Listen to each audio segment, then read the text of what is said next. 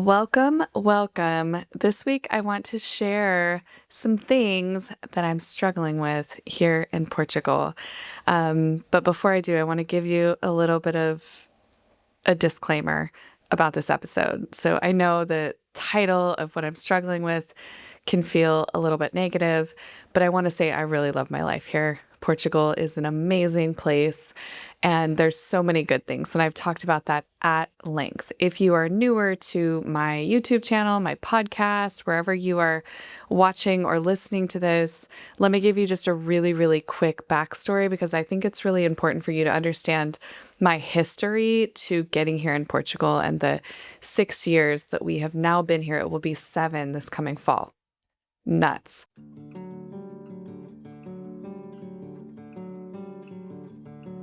Welcome to Beyond Better, a podcast that explores a simple but profound idea. We all deserve to live lives we love, and that includes our work lives too.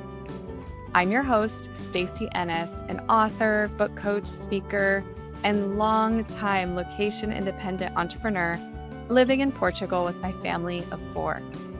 Join me as I talk business, location independence, writing, publishing, and so much more, all focused on building a life that is beyond better.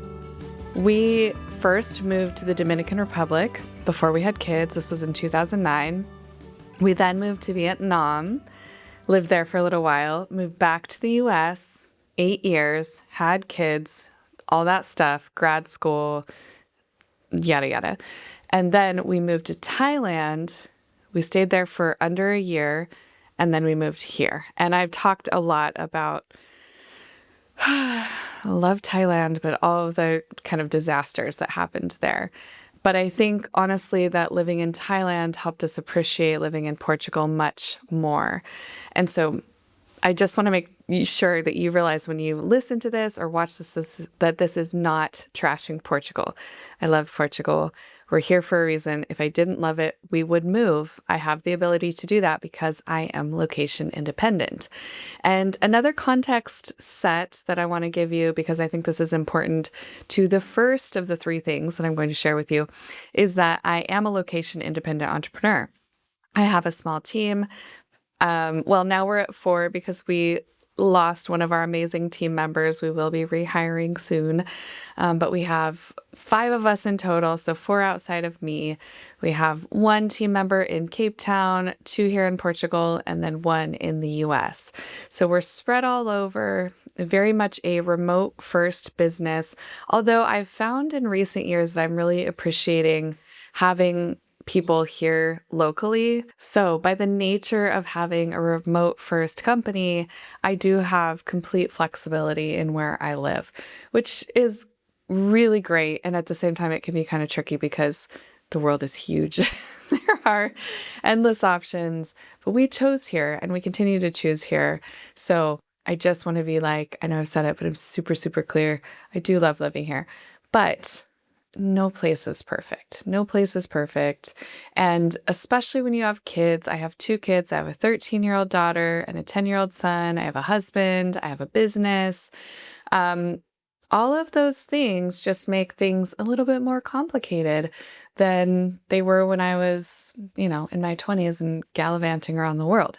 So these are the things that I am struggling with right now as a 40-year-old mom and business owner and big dreamer and author and coach and all the things. Okay, so I did make a list. I prepared for this one. And the first one is lack of entrepreneurial community. I've talked about this a little bit on the podcast in the past, but it's tough living in a tiny little beach town sometimes. I need to check our population because I should know this, but it's not a lot. Like it's in the thousands, like the low thousands, probably like maybe 10,000 people live here. That seems like bigger than it probably is. I need to check that stat. But anyway, it's a very, very small beach town. And the way that it works here in the Southern Algarve is there's a lot of little beach towns. And so I would think like it wouldn't even be that much in my actual city, but it'd be kind of collectively some of the villages around probably would be in that range. I never lived in a small town before this. All of the other cities that we picked to live in were pretty big. Although I would say we lived in Phuket, which wasn't that big, but it was still pretty large. Like there was a lot of energy, a lot of movement, a lot of people.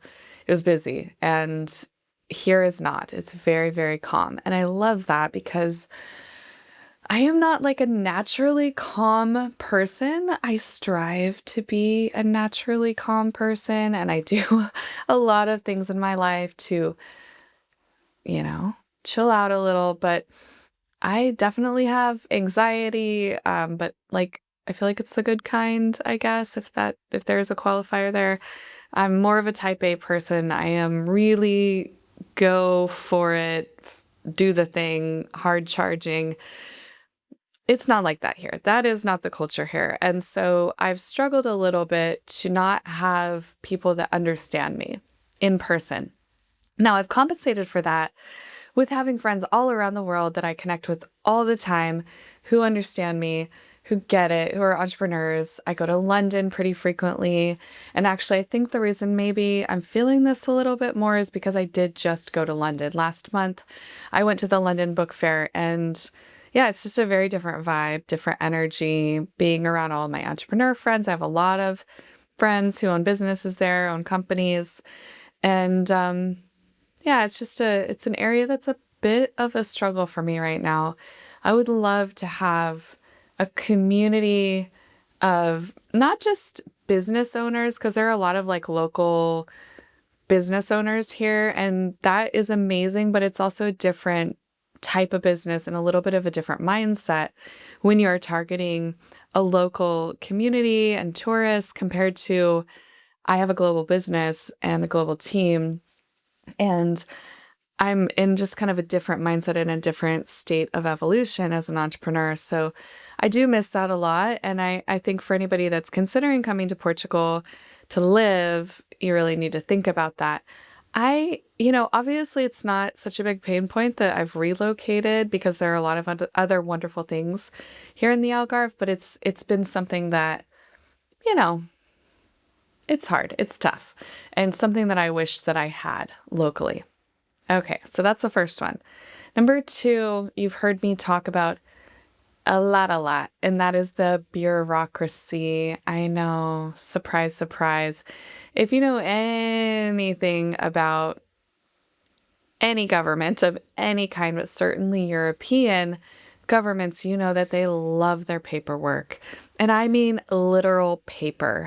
So we have been able to file most of our visa or residency, I should say, related items online, but it first required like collecting actual papers that I had to scan and upload. This has been a nightmare dealing with the bureaucracy here. If you've never dealt with immigration before, it's really hard for you, I'm sure, to understand. You're probably like, well, just like follow the steps and I'm sure it'll work out. No, it's not like that. So I've talked about this before, my husband's residency expired last August. Finally was able to apply for renewal last month in March of 2026. So he had been expired from August of 2025 to March of 2026. And while we're not really worried about like legal issues because this is such a known problem, and frankly, we're also from a privileged country, and that does make a difference, even though it shouldn't, it does. It does make it tricky because he cannot leave the country. He's not allowed to. He can leave, but we don't know if he would be able to come back. So that's meant holiday plans have to go around that. That means if there's an emergency back home in Idaho, he's not going to be able to go. That's a problem. So that's been pretty tricky. And I don't really know what else to say about that, but that it's not fun. So I'm over it. Over it. Okay. And then number three may surprise you a little bit because it's totally different than the first two, and that is dogs. I know, dogs, they're so cute, right? I'm a cat person, but I like my friends' dogs, and I like nice dogs on leashes, and I want dogs to be able to run around and play and be free in spaces that are safe, especially if they're non-aggressive dogs. Like I want that for dogs, and I want it for dog owners. But here in Portugal, they do have some laws around dogs, but nobody really follows them. And so that means that dogs just kind of run wild. And most of the dogs are not aggressive, but some of them are. And you don't really know when you're out if a dog is going to attack you or not. Now, I need to give you a little backstory before you like put me on blast for not loving dogs. But you have to understand, I lived in the Dominican Republic, Vietnam, and Thailand. And in each of those places, there are actual wild dogs. Actual wild dogs. And in some of those places, some of them have rabies. And some of them are very, very violent and will bite you. And so I have a little bit of trauma probably related to dogs and this kind of deep-seated fear that's really hard for me to overcome. I'm trying, I promise, and I like try to get calm and stuff, but even a dog on a leash makes me nervous. So I have to acknowledge this is probably more of a me thing, but I even know my friends that are not afraid of dogs, who love dogs, who even have dogs, they find this troubling as well. So just as an example, I went on a kind of run hike with a friend of mine recently, and we had it all planned out. We drove 45 minutes to get to this spot to go summit this. It wasn't really a mountain. It's like a big hill. And although they call it a mountain here. We were going to go up this hike, and we parked our car, and there's a dog out. And the dog didn't look like it was going to harm us, but it was later on, it started kind of coming toward us a little bit and barking. And then when we were going on our hike up the road to get up to the top on the hike we wanted to do, there was another dog there that sounded very aggressive. We couldn't see it, but we just decided to turn around. So we had to go change all of our plans, go find a new parking location. And then I found out later that the original dog, it didn't bite somebody I know, but it was aggressive to them. So this is just a mega problem here. There are farm dogs that are never kept, not never, but pretty much not kept in fences or controlled. And there are, especially in the mountains, they kind of just run around. They'll run in packs. I find this very troubling. And I actually know somebody who, she didn't move because of that, but she was a cyclist, and one of the reasons that she cited for not wanting to stay here was the dogs. So it's not like a small thing, at least for me.